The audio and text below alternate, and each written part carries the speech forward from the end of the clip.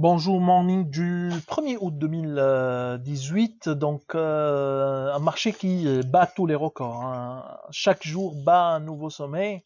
On a l'impression de passer rapidement entre 6000 à 8400 points. C'est impressionnant comme rallye de la part pour le principal indice de la bourse de Tunis. Donc je cède la parole à Bassem pour commenter la séance d'hier. On fera également on va dresser du moins le bilan mensuel par rapport au top et les flops du mois de juillet. Petite information sur l'adjudication lancée par le Trésor ou annoncée par le Trésor, et également on fera un commentaire sur les derniers chiffres publiés par les émetteurs, bien sûr, on parle des indicateurs d'activité T2 2018. Donc, je cède la parole à Bassem. Merci Kais, bonjour tout le monde. En fait, le Tune Index ne cesse de progresser, 1,02%, 33,86% depuis le début de l'année, plus 4,34% sur le mois de juillet. Donc c'est, faut dire, c'est le Speedy Gonzalez des indices boursiers dans le monde, au moins pour 2018. Donc hier, l'indice il a gagné quand même 1,02%.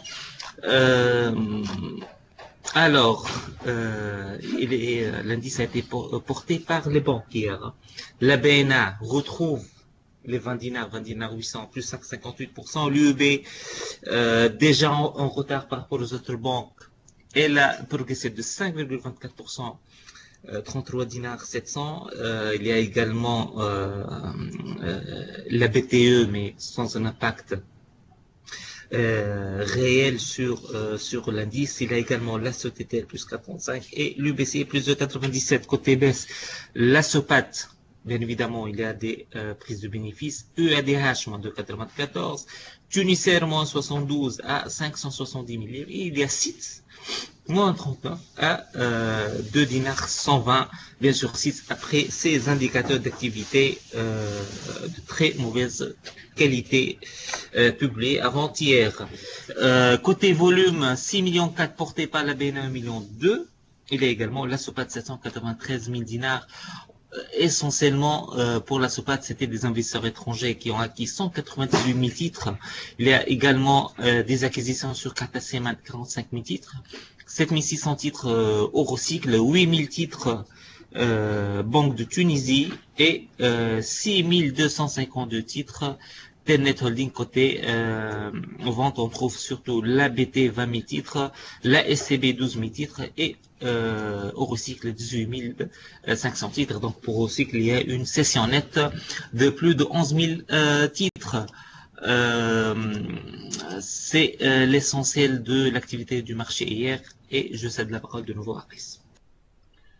Merci Bassem. Donc en ce qui concerne les tops et les flops du mois de juillet, meilleure performance Telnet, 23,3% sur le mois de juillet. Sur l'année 100%, elle a atteint de perf. Sur 2 ans, on est à presque, disons à plus de 200% de perf sur 2 ans. C'est énorme comme performance.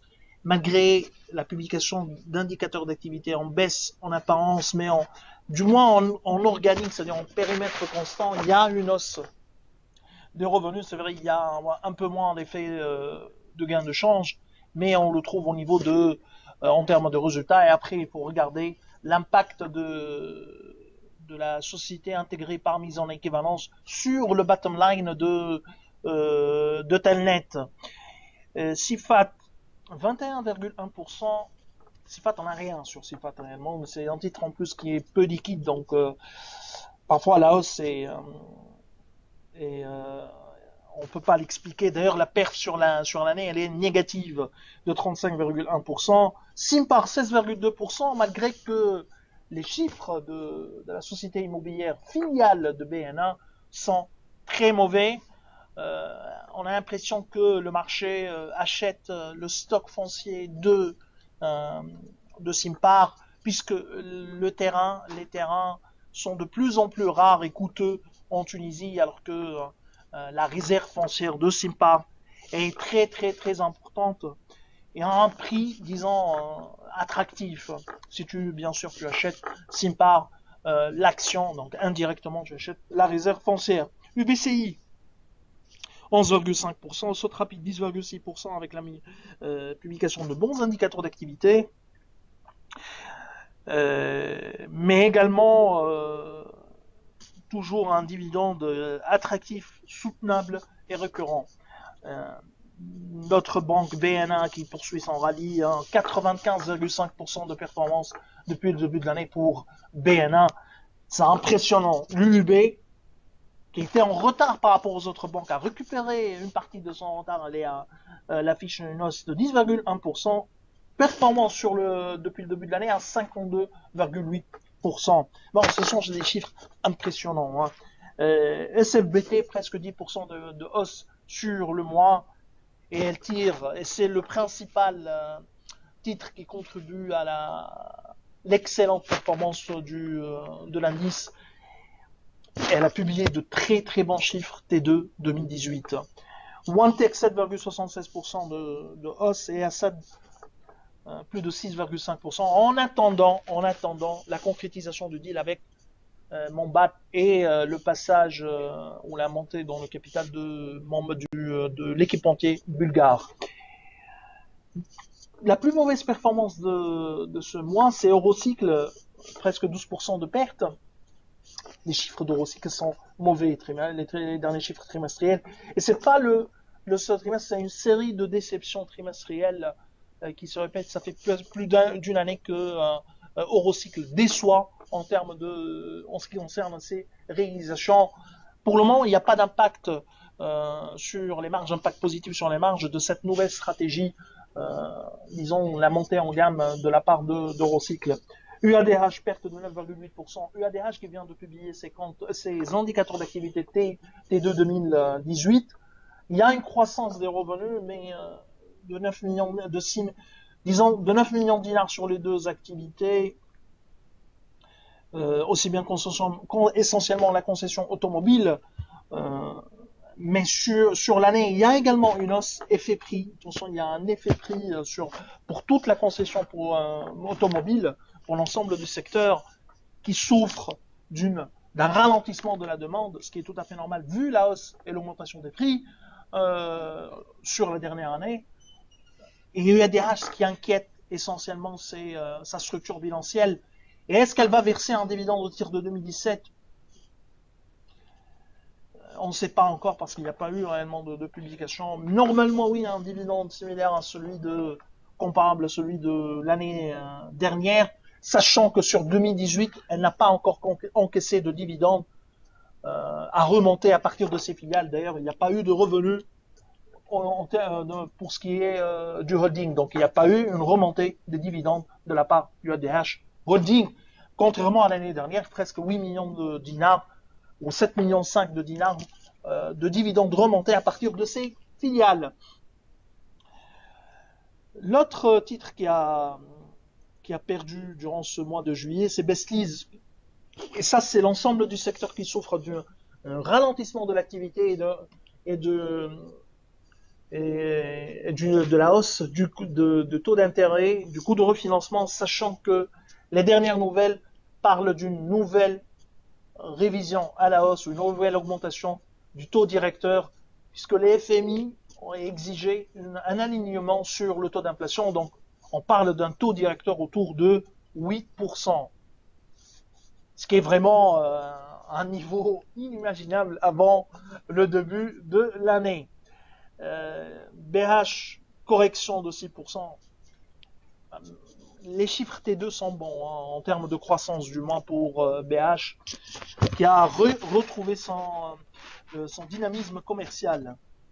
J-Filter perd 5,67%, Siam 5,14%, Sotuver corrige de 4,54%, et on est sur une hausse de 63% depuis le début de l'année, et les chiffres T2 2018 de Sotuver sont très bons, sont solides, et on pense qu'il y a encore du potentiel sur Sotuver.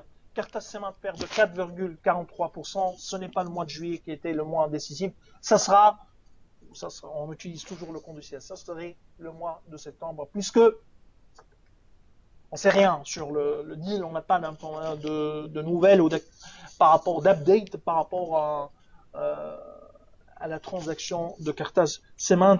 City Cars perd 4,02%.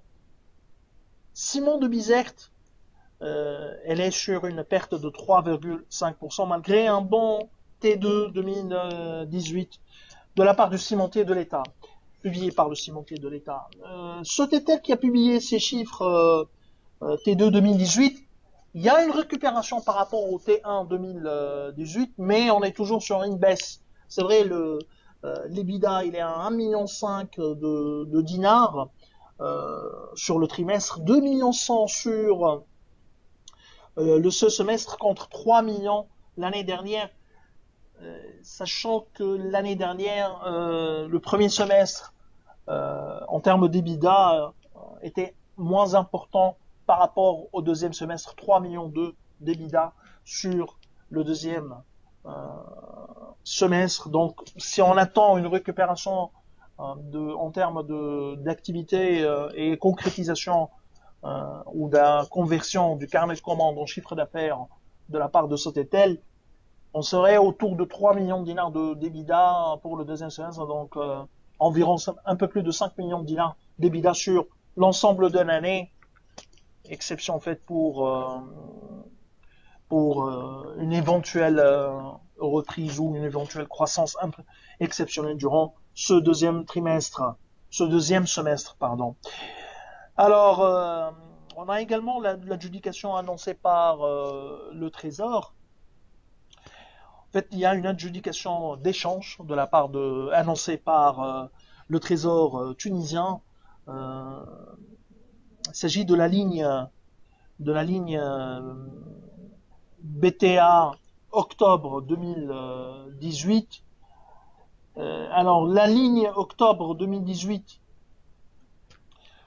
qui devrait être ou est proposée par le Trésor de l'échanger avec les lignes 2023, juin 2023, juin 2025, juin 2028, avec une tendance à la hausse pour les taux, essentiellement les lignes 2023 et 2025. L'encours sur 2018, octobre 2018, il est de plus de 700 millions de dinars. Donc on comprend pourquoi le Trésor veut ou envisage de lancer cette adjudication d'échange.